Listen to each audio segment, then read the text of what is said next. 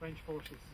I think, well, some say none, others say numbers. I was just talking to one gentleman there and he was saying that there was a number of them died over towards Armagh direction, things like that.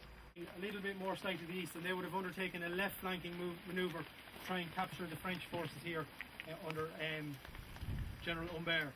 Now it's said that at the start of the battle that Humbert was down on the kind of the more westerly side of Shanmulla Hill, and at one stage trying to counter-attack back across to the eastern side. And I think he got about halfway across when he got surrounded between a cavalry charge, and he got caught out in the open by a cannon fire, and that's at the point where he surrendered. But you know, the important parts that we need to know about here is this is the general area and the main axis of advance for troops moving up to the area. It's the general area here where General Humbert would have surrendered.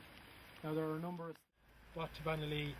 It's said that they were put onto barges and brought up one of the canals, put back to Dublin, put onto a ship, and they were swapped in for Crown Forces personnel that were captured by other French forces. They just finished building the canal as far as Tullamore in 1798, and Cornwallis's troops came down as far as the Grand Canal, as far as Tullamore. And so it does tie in. It does tie in. Library, I knew it was that direction. It used to be in the Church of Ireland Cathedral. Yeah. The other point to note then would have been the Irish flag at the time. Obviously the tricolour wasn't in vogue at that time. It didn't come to the last century, and it would have been a green flag with Éireann go Bragh and the harp in front of it. And I can't remember the figure on the Éireann go Bragh or Éireann go Bragh.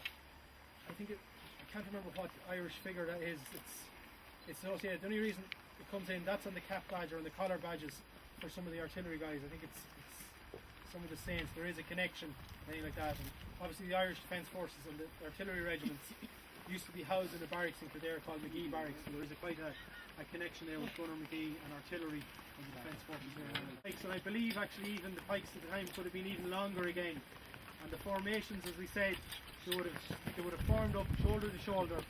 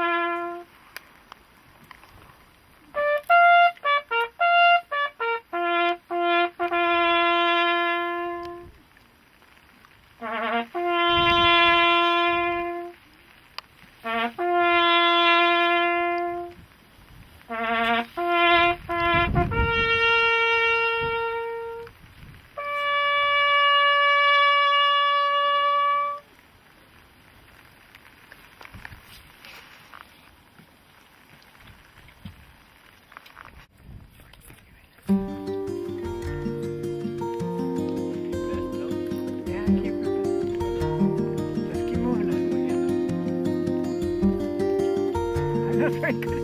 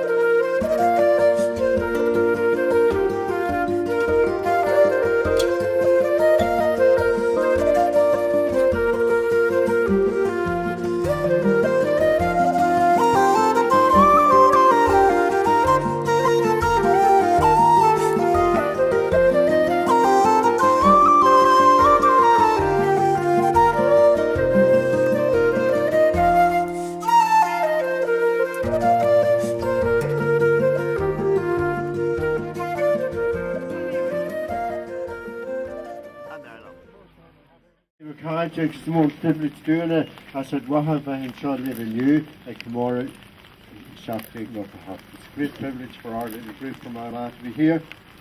And I will be giving a talk in one of our ARMAGH priests tomorrow. 3 to 4, it might even last longer than that. On Father James Quigley we say now. One of our priests who was in France at the breakout of in Irish College, the breakout of the French Revolution, and escaped from there and back home.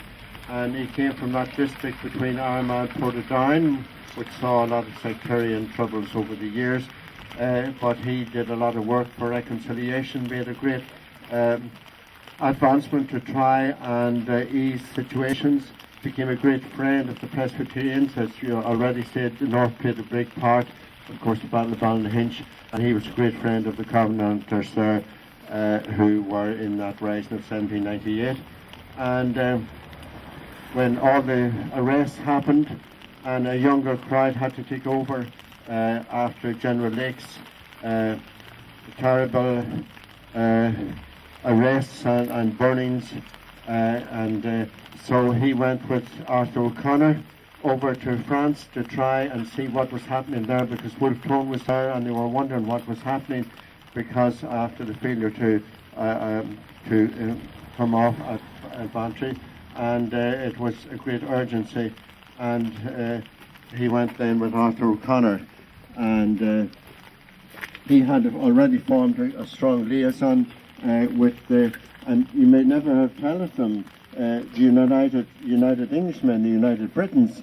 We forget that there were revolutionary and radical movements within England itself, and he had gone with an address, and then they had been followed and were arrested, and ultimately he was found guilty and hanged, and his head cut off and buried on Pendon Heath outside Maidstone. There's a lovely church there where Irish people in 1900, 600 of them gathered, and they put in these beautiful windows in his memory, and there's a great memorial there.